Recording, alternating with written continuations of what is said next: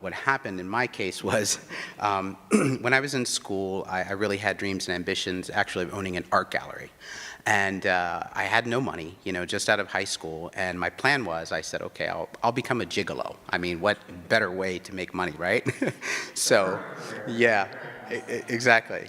So I was born in Los Angeles and always loved the warm weather, so I thought, okay, I'll go back to California, and I had a name. I would draw business cards, the name, and it was going to be International Lovers. And this was based on a song by Prince, which I loved. And so, long story short, that career didn't go so well. And I ended up living on the streets, basically.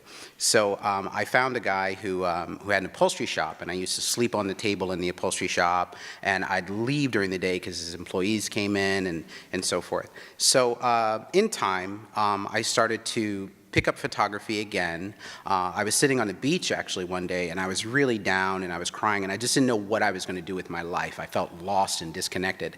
And it was then that I decided to get a camera again and start to really put myself on that path to photography. I mean, that's the abbreviated version, but that's pretty much what happened. And then from there, I started shooting more editorial.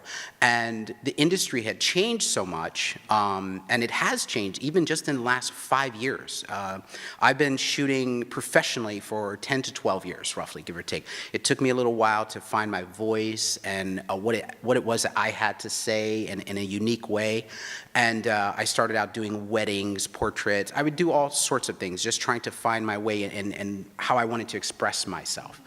And I always knew I loved fashion. I was shooting and working in Miami for a little bit. Bruce Weber lives there.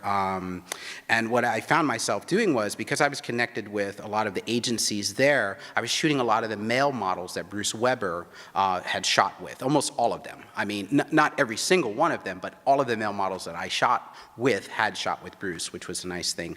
And it was just these little jewels, I will say, that these little moments where I'd say, I think you're